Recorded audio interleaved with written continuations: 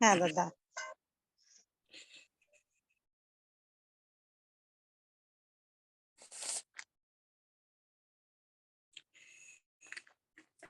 আমি নিকোলাস বিপুল হালদার, পেশায় একজন চিকিৎসক। আমার মনে হয় এই জুমে যারা আছেন তারা অধিকাংশই আমার নাম শুনেছেন এবং আমাকে চেনেন। তারপরেও নতুন করে যেহেতু বলতে বলা হয়েছে, এই জন্য আমি একটু আমার পরিচয়টা শেয়ার করলাম। আমি থাকি কক্সবাজার।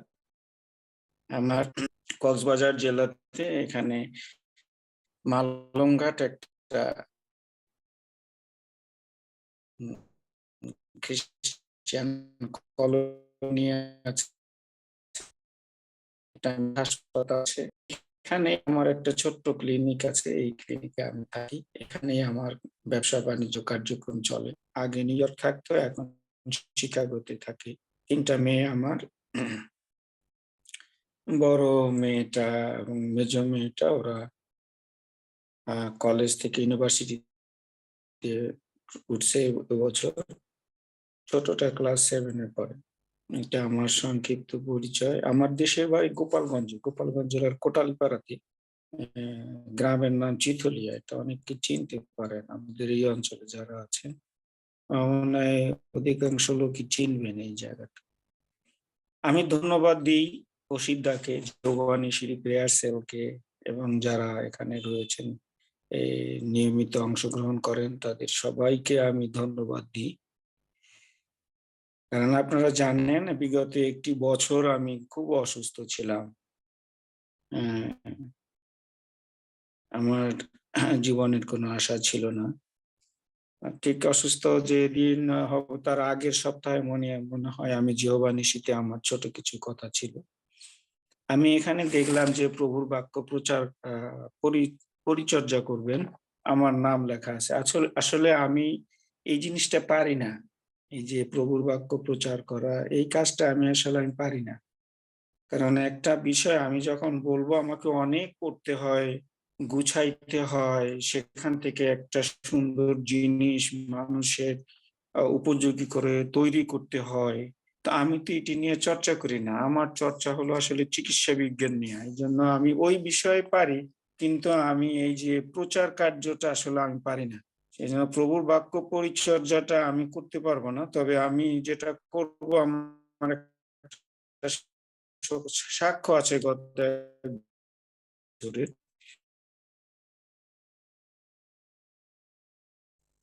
এই সাক্ষ্যটা আমি আপনাদের সাথে শেয়ার করব।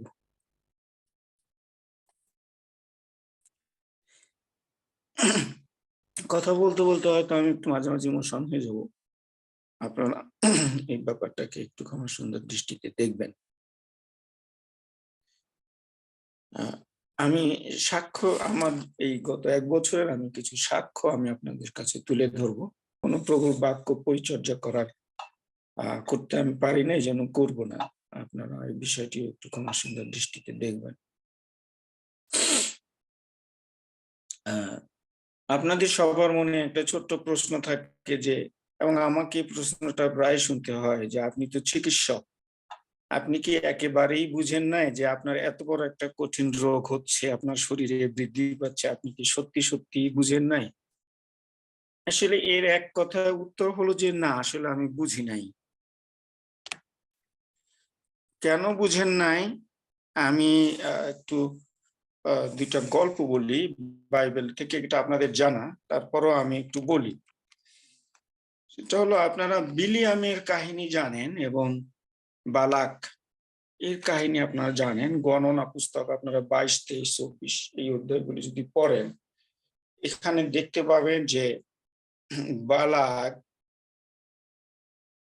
ও ইসরায়েল জাতিকে অভিশাপ দেবার জন্য বিলিয়ামকে ঠিক করছে যে এই লোকটা যা বলে তাই হয়, অভিশাপ দিলে অভিশাপ হয়, যদি আশীর্বাদ করে আশীর্বাদ প্রাপ্ত হয়। যেন তিনি কয়েকজন লোককে পাঠাইলেন বিলিয়ামের কাছে, তুমি যাও বিলিয়ামকে গিয়ে বলো যেন আমার লোকদেরকে, এই ইসরায়েল জাতিদেরকে সে অভিশাপ দেয়। কিন্তু ঈশ্বরের এই ইচ্ছাটা, এই পরিকল্পনাটা বিলিয়াম যেতে তার ঘটনা পড়লে বোঝা যায় যে তার মনে একটা আসলে ইচ্ছা আছে ওখানে যাবার। কিন্তু প্রভু এটা চান না। চান না, তিনি কিভাবে এটা প্রকাশ করবেন? এবং এই কাহিনীটা আপনারা জানেন যে সেখানে বলা আছে যে তুমি যেতে পারো, কিন্তু সেখানে আমি যা বলবো তোমাকে তাই বলতে হবে। বালাক যা বলতে বলছে তোমাকে, তুমি সেটা বলতে পারবা না। এবং সে যখন যায় একটা গাধার পিঠে চড়ে, সেই গাধা যেন মানে পথের মধ্যে একটা বাধা আসে, বিলিয়াম সেটা দেখতে পায় না। একজন দূত খড়গ নিয়ে দাঁড়ানো থাকে এবং গাধাটা এটা দেখতে পায়। এবং শেষ পর্যন্ত কি হয়, গাধায় কথা বলে এবং গাধার দ্বারা কথা বলে তিনি বিলিয়ামকে সতর্ক করে দেন যে এই কাজটা তুমি করবা না, আমার লোকের বিরুদ্ধে তুমি কথা বলবা না। মানে প্রভু এখানে একটা জিনিস হচ্ছে যে তিনি আহ একটা পরিকল্পনা করেছেন এবং এই পরিকল্পনাটা তিনি ঘটাবেন। আপনারা জোনার কাহিনী জানেন যে জোনাকে বলছে, দেখো নিনবিতে যাও, ওখানে মানুষজন খারাপ কাজ করতেছে, পাপ কাজ করতেছে, নষ্ট হয়ে যাচ্ছে, ধ্বংস হয়ে যাচ্ছে, ওরা আমার থেকে অনেক দূরে চলে গেছে, তুমি যাও ওদেরকে প্রচার করো, ওদেরকে বলো যদি এটা না করে তাহলে তাদেরকে আমি ধ্বংস করে দেব। ওই লোকগুলি খারাপ। জোনা ভাওবাদী ভয়ে আর যায় না, ওদিকে যাবে না, সে তর্শিসে যাবে, রওনা দিছে। কিন্তু ঈশ্বর কি করলেন, একটা ঝড় উঠাইলেন এবং একটা মাছ পাঠাইলেন, সেই মাছের পেটের মধ্যে 3 দিন রাখলেন। তো এরপরে ঠিকই তাকে নিনবিতে নিয়ে গেলেন। আমি বলতে চাচ্ছি যে ঈশ্বর অনেক সময় তার কাজ করার জন্য তিনি তার সংকল্পগুলিকে তিনি সাধন করে যান। তিনি যেটা ফিক্স করেন সেটাই হয়। এই যে আমাদের জীবনে যত রকমের দুর্গ, আমরা চিকিৎসক যারা আছে, আমরা তো মানুষের জীবন নিয়ে নড়াচড়া করি, জীবন নিয়ে আমরা গবেষণা করি, মানে আমাদের চিকিৎসা কার্য চালাই। কিন্তু একটা পর্যায়ে গিয়ে আমরা এক জায়গায় ব্লক হয়ে যাই। এবং আমি যেটা বুঝলাম যে আমাকে ঈশ্বর ওই সময়টাতে, যে সময়টাতে আমার এই রোগটা আমি ক্যারি করছি, তিনি আমাকে একটা ঘটনার মধ্য দিয়ে নিয়ে যেতে চাচ্ছেন। কিন্তু সেই ঘটনাটা যেন আমি বুঝতে না পারি, তিনি আমার ব্রেনটাকে বা আমার শরীরের কাঠামোগুলিকে তিনি সেভাবে করে অবশ করে রাখলেন, ব্লক করে রাখলেন, যেন আমি এই জিনিসটা বুঝতে না পারি। এবং তার যে পরিকল্পনা তিনি আমার জীবনে করে রাখছেন, সেই পরিকল্পনাটা তিনি যেন সাধন করেন। সেই জন্য আমার কাছে পরবর্তীতে মনে হচ্ছে যে না, ঈশ্বর আমাকে কেন এই জিনিসটা বুঝতে দেয় নাই। এত বড় একটা টিউমার আমার পেটের মধ্যে হয়ে আছে, আমি এই জিনিসটি কেন বুঝবো না? তখন এইভাবে আমার কাছে একটা ধারণা আসলো যে আমি তোমার জীবনে একটা ঘটনা যেটা ঘটাতে চাই সেটা ঘটাবো আমি। তুমি যদি বুঝতে পারো তাহলে আমার পরিকল্পনাটা এখানে সাধিত হবে না। সেই জন্য আমি তোমাকে বুঝতে দেই নাই। এটা আমি পরবর্তীতে বুঝতে পারি এবং আপনারাও দেখবেন, আপনাদের জীবনেও দেখবেন তাই, যে ঈশ্বর আপনার মনে মনে মনুষ্য অনেক পরিকল্পনা করে, কিন্তু আসলে বাস্তবায়নকারী ঈশ্বরের পরিকল্পনাটাই আসলে আমাদের জীবনে সাধিত হয়। সে আপনি যত বড় জ্ঞানী হন, যত বড় ডাক্তার হন, বিজ্ঞানী হন, একটা সময় আমার বাবার এবং আমি অনেক রুগীকে দেখেছি মরে যেতে। আমি অনেক বোর্ড করেছি অনেক ডাক্তারদেরকে নিয়ে, আমার বিষয় না, অনেক রুগীর বিষয় নিয়ে। আমি দেখেছি যে সেখানে ডাক্তাররা সবাই মিলে একটা পরিকল্পনা, একটা সিদ্ধান্তে আসছে, কিন্তু পরবর্তীতে দেখা গেল যে একটা জায়গায় তারা এই জিনিসটাকে বাদ দিয়ে গেছে, সামহাও বাদ দিয়ে গেছে। ঠিক সেই পয়েন্ট বরাবর রোগটা ওই দিকে গেছে এবং রোগীটা মারা গেছে। তার মানে ঈশ্বর ওই জায়গাটা ব্লক করে দেন যে আমি এই লোকটাকে তো নিয়ে যাব আমার কাছে, তুমি যতই জ্ঞান খাটাও, তোমার বুদ্ধি খাটাও, আসলে এটা কাজ হবে না, আমি এই লোকটাকে আমার কাছে নিয়ে যাব। ঈশ্বর ওই সাইটটাকে ব্লক করে দেন। তো আমার মনে হয় যে ঈশ্বর আমার এই সাইটটাকে ব্লক করে দিছেন, যে তুমি এই এই জিনিসটা তোমার ধারণ, কারণ আমি আসলে খুব ফিটনেস, আমার বডিটা মানে চালাইতে চেষ্টা করতাম। আমি সকালে 10 কিলোমিটার হাঁটতাম, পরিমিত খাইতাম, আমার কোনো বাজে অভ্যাস নাই। আমি মানে পান, বিড়ি, সিগারেট, মদ, গাঁজা এগুলি কিছু খাই না। আমি খুব একটা পরিচ্ছন্ন এবং স্বচ্ছ একটা জীবন যাপন করতে চেষ্টা করতাম এবং করছিও।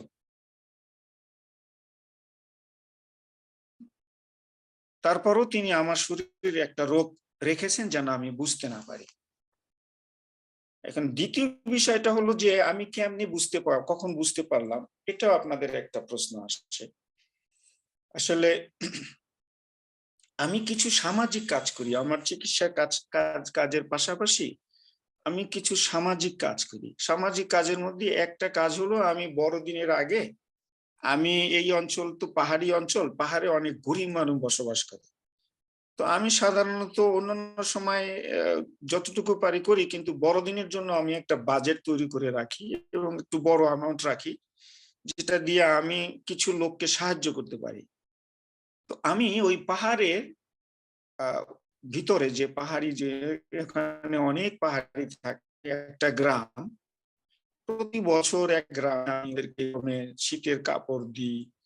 তারপরে আহ এই যে পরে যে মাংকি ক্যাপ দিই, তারপরে কম্বল দিই, চাদর দিই, বয়স্কদের জন্য, বাচ্চাদের জন্য ভাগ করে কতজন লোক আছে সবাইকে করে এইভাবে আমি দিই। এই বছরটা গত 21 সালের এই ডিসেম্বরের 18 তারিখে আমি আমার কর্মচারীদের, এখানে যারা কাজ করে সবাইকে নিয়ে আমি একটা পাহাড়ে গেছি এবং সেখানে তাদের কাপড় চোপড় দিলাম, চিকিৎসা দিলাম, ফ্রি চিকিৎসা দিলাম, ওষুধপত্র সবকিছু দিলাম।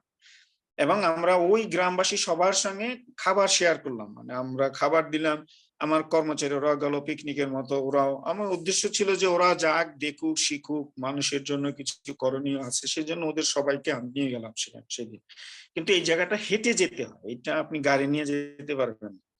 গাড়ি পাহাড়ের নিচে রেখে আপনাকে হেঁটে হেঁটে হেঁটে হেঁটে যেতে হবে প্রায় 10 কিলোমিটার উপরে, এবং সেটা একদম উপরে যেতে হবে, এবং নামার সময় আপনাকে নেমে আসতে হবে, ওইভাবে খারাপভাবে নেমে আসতে হবে।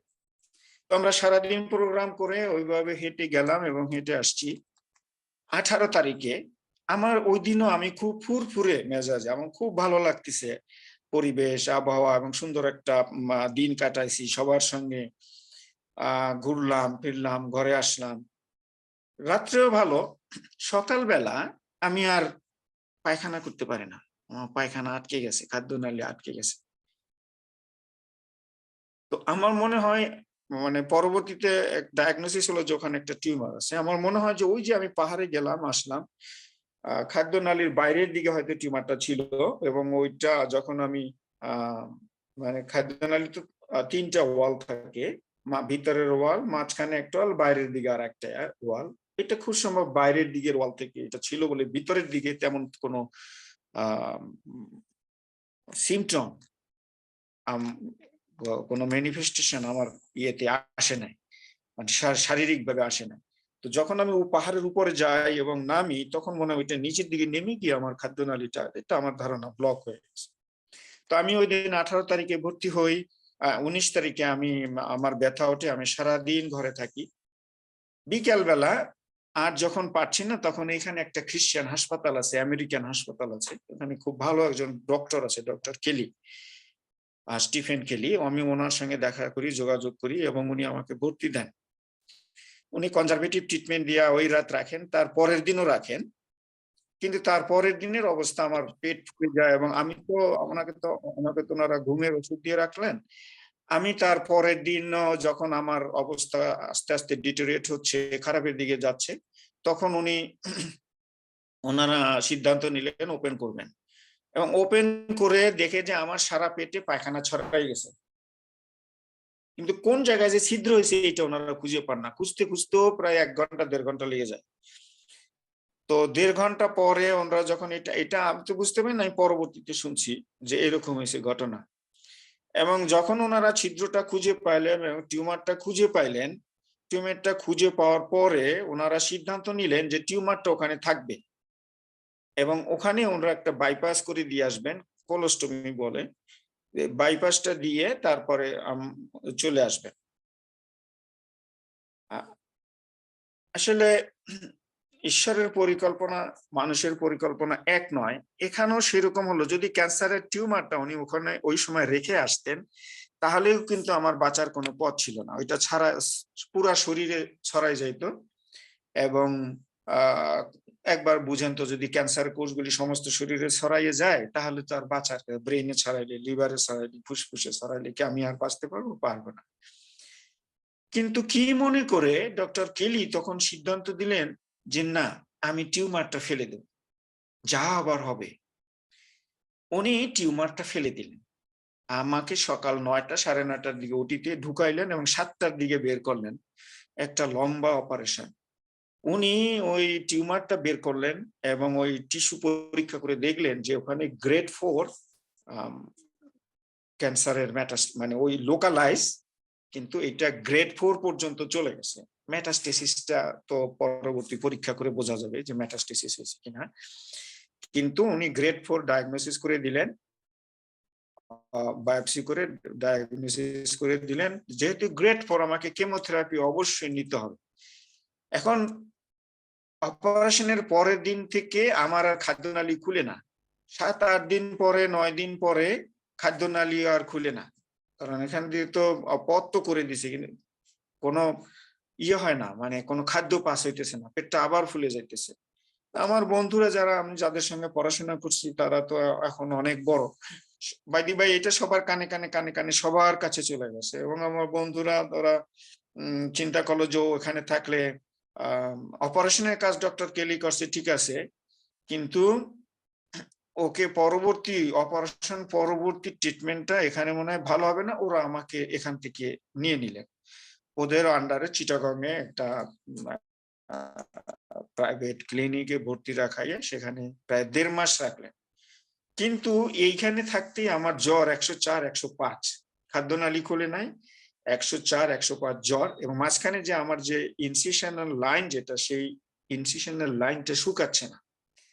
আমি প্রায় ১.৫ মাস আমি চিটাগাং এ থাকলাম, কিন্তু আমার খাদ্যনালী শেষের দিকে খুলছে, কিন্তু জ্বর কমে না। আর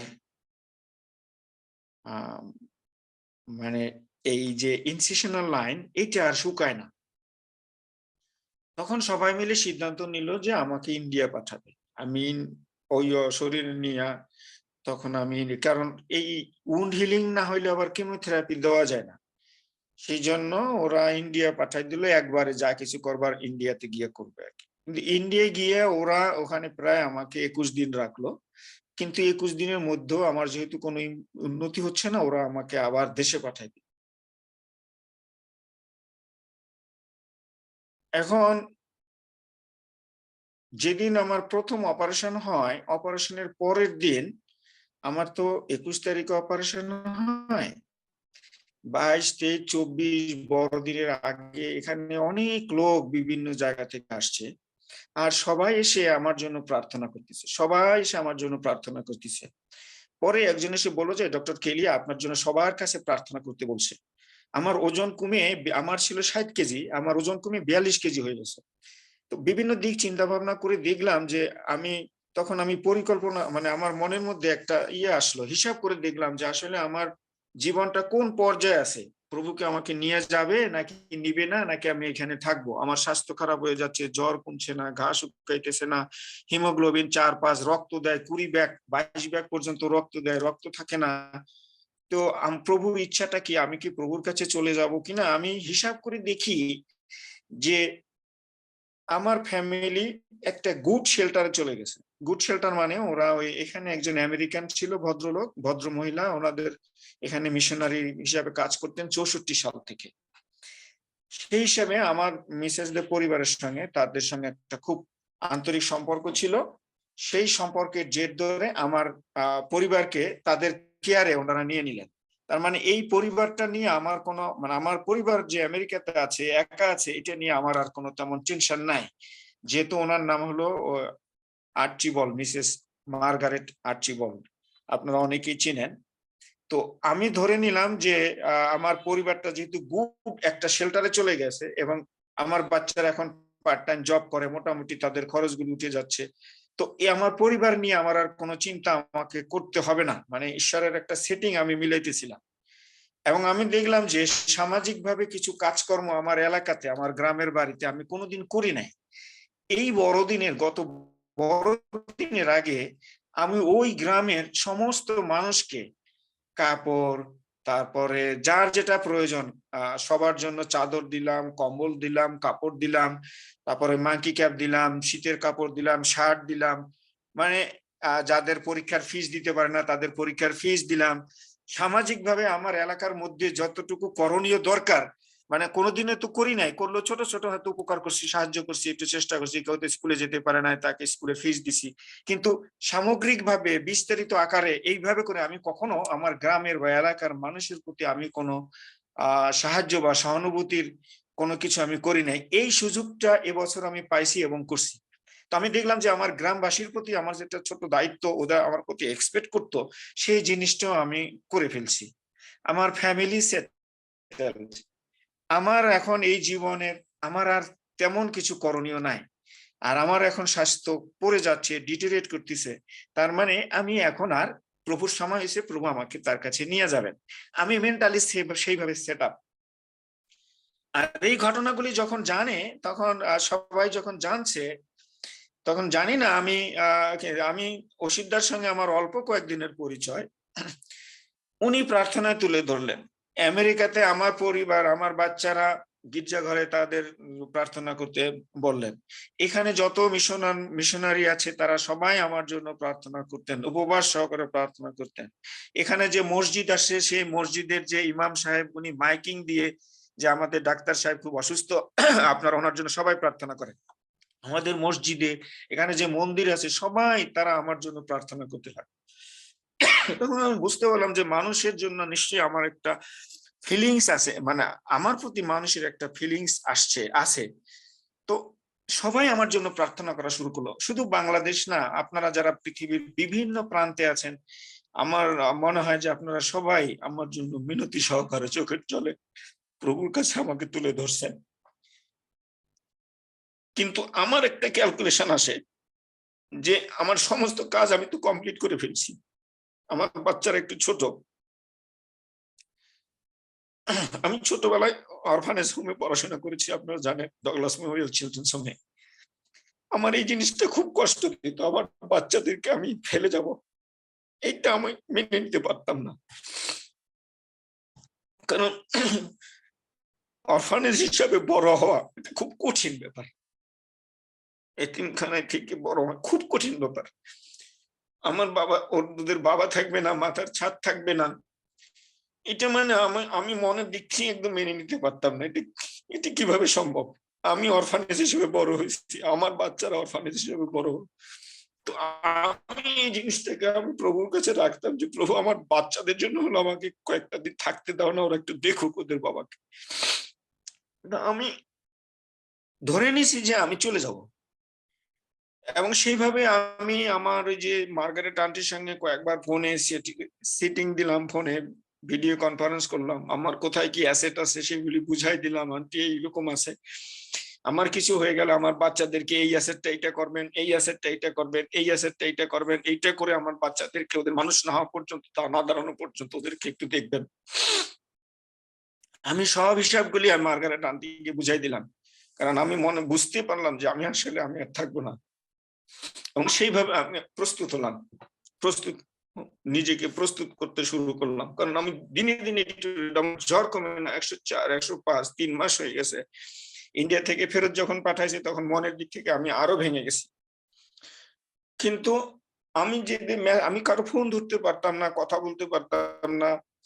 আমার খুব প্রিয় গান ছিল, যিশুর গানগুলো আমি খুব পছন্দ করতাম। আমি গান করতে পারতাম না, আমার মুখ থেকে আওয়াজ বেরোতো না। আমার খুব আফসোস ছিল, বলতাম প্রভু আমি যেন একটু গান গাইতে গাইতে মরতে পারি। এখন তো আপনাদের সঙ্গে কথা বলছি আমি খুব জোরে জোরে, তারপরেও তো আমার কষ্ট হচ্ছে না। অসিদ্ধা সবসময় প্রার্থনা করতো আর প্রায় খোঁজ নিত, আমার ভাইয়েরা যারা থাকতো আমার সঙ্গে। কেমন আছে দাদা? প্রার্থনার বিষয়ে দেখলাম ফেসবুকে উনি বেশ কয়েকবার লিখছে আমাদের ডাক্তার সাহেবের জন্য যেন প্রার্থনা করে। এবং তিনি প্রায় খোঁজ নিতেন, প্রার্থনা করতেন এবং অনেক পালক আমাকে ফোনে যে দাদা আপনি ফোনটা একটু পাশে রাখেন। আমি আমি একটু প্রার্থনা করি আপনার জন্য। তারা চোখের জলে আমার জন্য প্রার্থনা করতেন। প্রার্থনা করলে আমাকে জোর দিত, সাহস দিত। কিন্তু ভিতরে আমার ক্যালকুলেশনটা অন্যরকম হয়ে গেল। সবকিছু মিলে যখন দেখি যে আমার আর আসলে এই দুনিয়াতে কিছু তো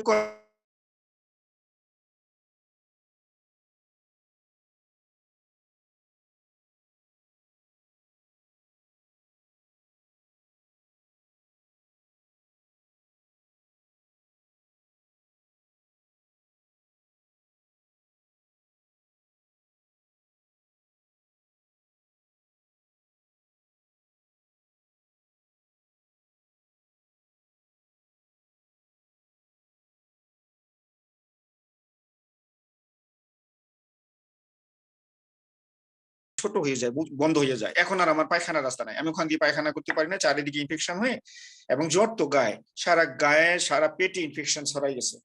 এই অবস্থার সেপ্টেম্বরের 15 তারিখে উনারা আমার অপারেশন করলেন এবং উনারা আমার ভিতরের পেটের সমস্ত ময়লা টিস্যু বের করে দিলেন।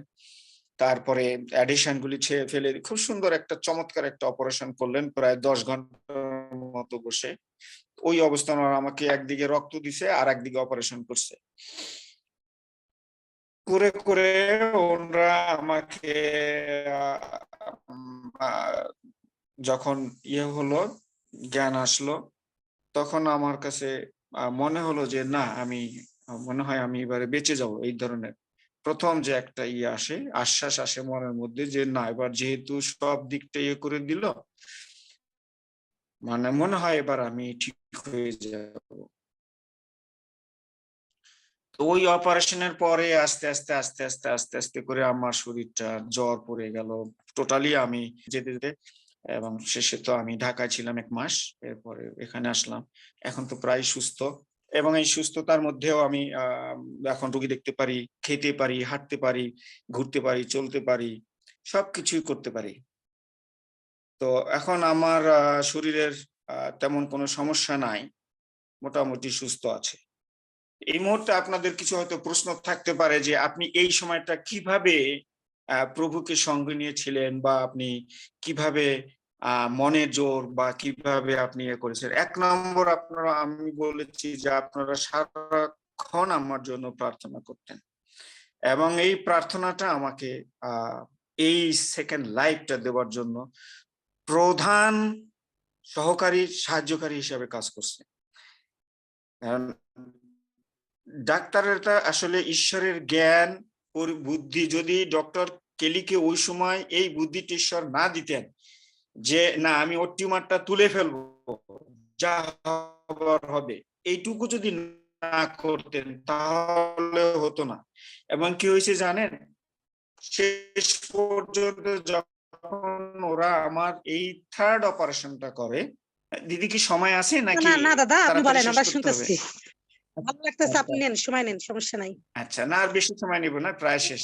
আপনি বলেন। তখন ওরা আমার আমার ওই জায়গা থেকে 14 জায়গা থেকে ভিতরে টিস্যু নিল, পেটের ভিতর থেকে 14 জায়গাতে একটা ফ্রোজেন সেকশন বায়োপসি বলে, মানে ওখান থেকে কেটে সাথে সাথেই ওই বায়োপসিটা করা যায়, সাথে সাথে মাংস পরীক্ষা করে বলা যায় যে এটা ক্যান্সার টিস্যু আছে কি নাই।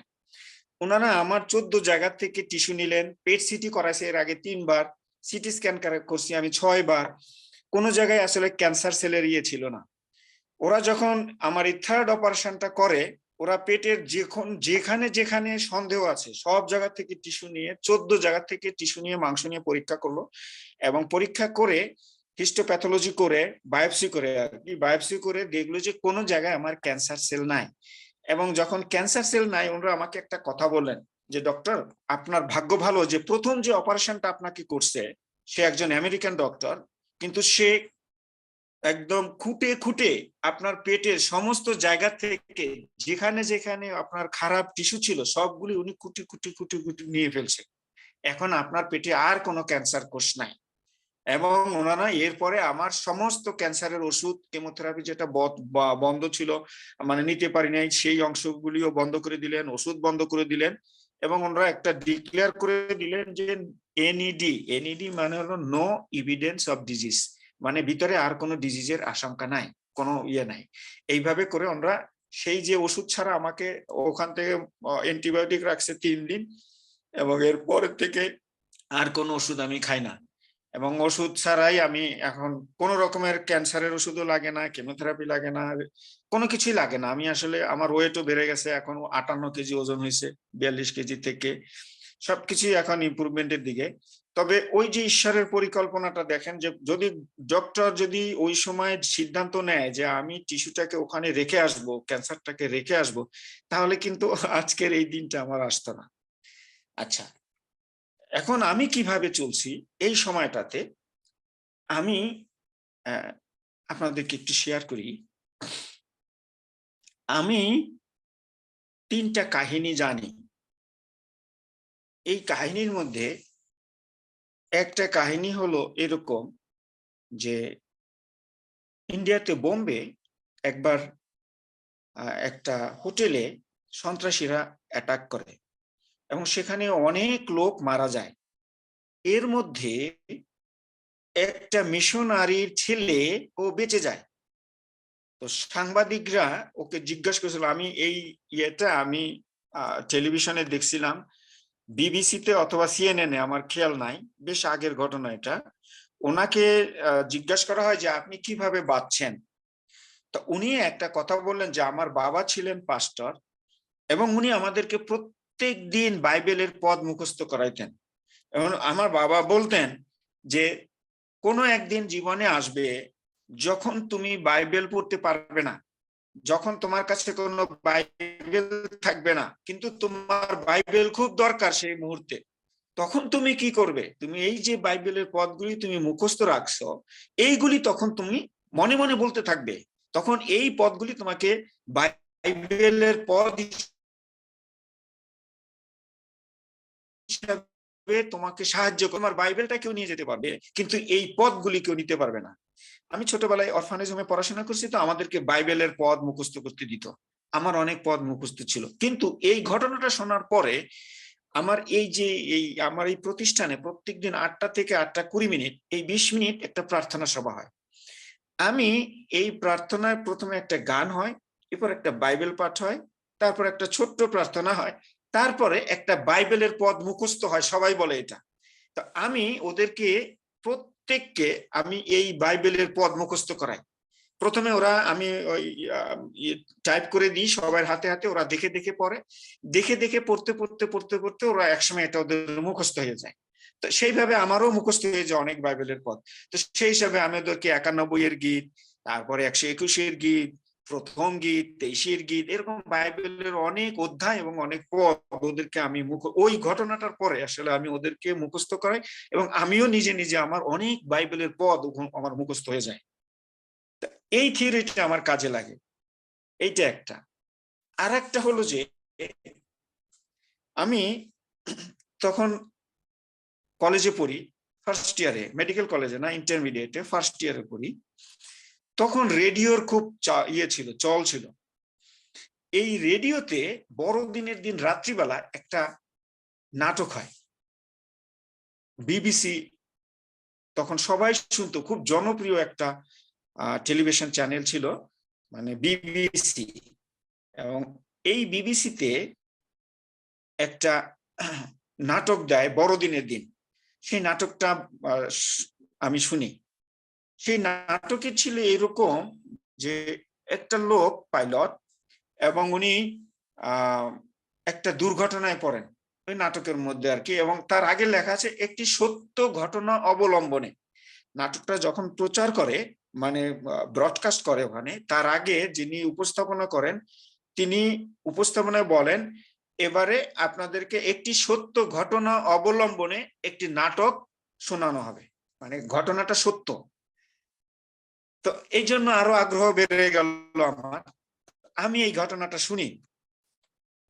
সেই ঘটনার মধ্যে এরকম যে একজন পাইলট উনি অ্যাক্সিডেন্ট করেন, এবং অ্যাক্সিডেন্ট করেন কোনো মানে কোনোভাবেই এই প্লেনটা রক্ষা পাওয়ার উপায় ছিল না, ঝড়ের কবলে পড়ে, এবং কোনোভাবেই এই ট্রেনটাকে বাঁচবে এটা মানে ফেরত আসবে এটা বোঝার কোনো মানে কারো মাথায় আসে না। সবাই মনে করছে যে এই প্লেনটা ক্র্যাশ করবে, এবং একসময় যোগাযোগ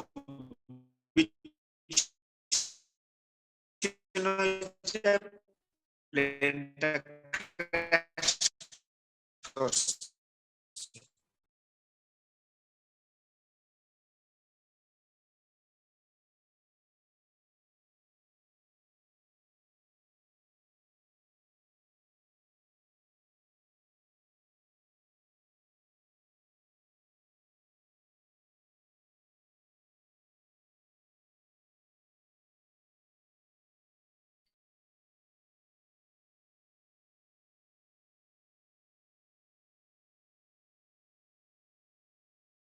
এইটাও আমি অনেক আগে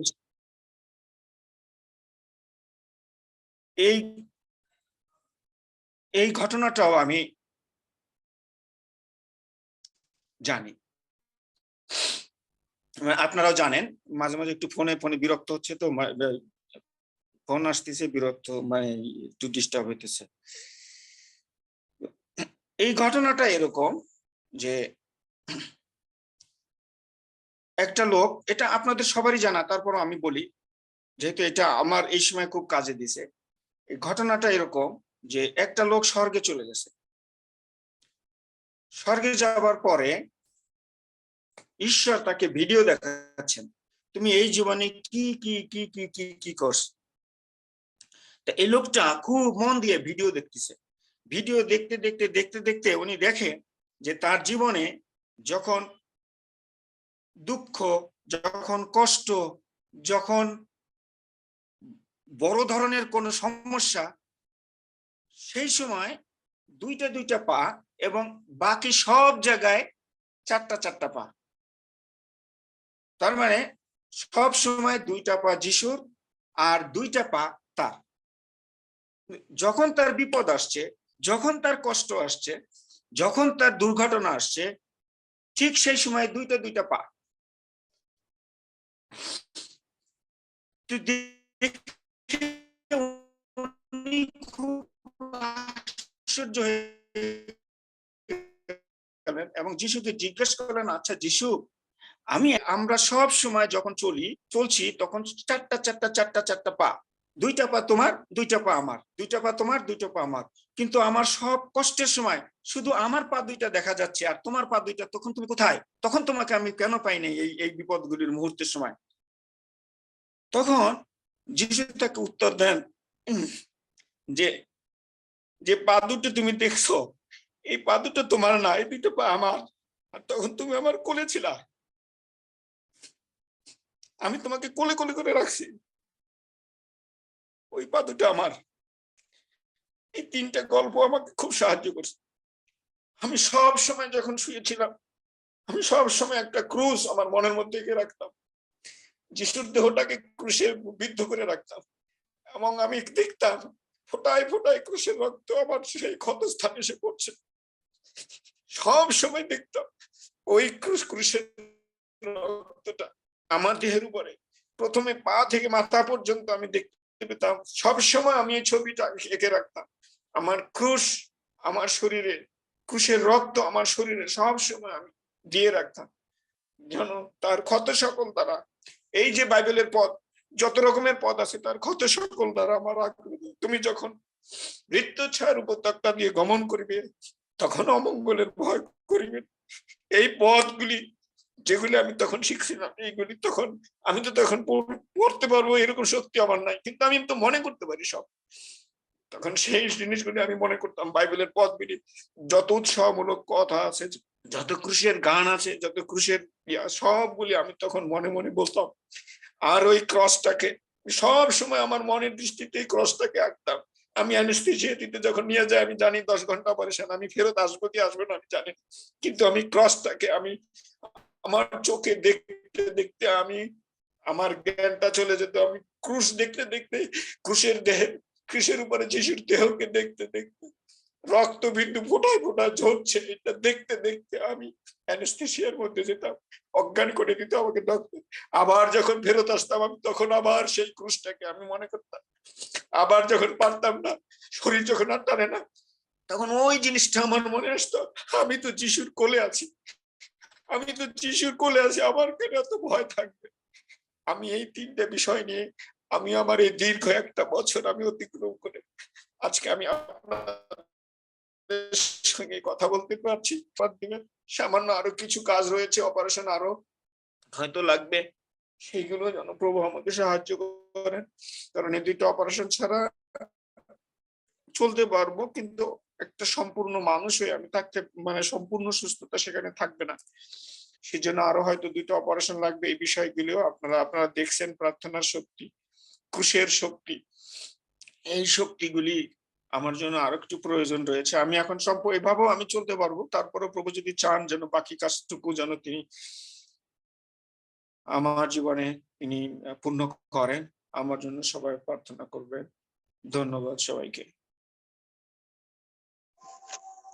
ধন্যবাদ দেই শ্রদ্ধেয়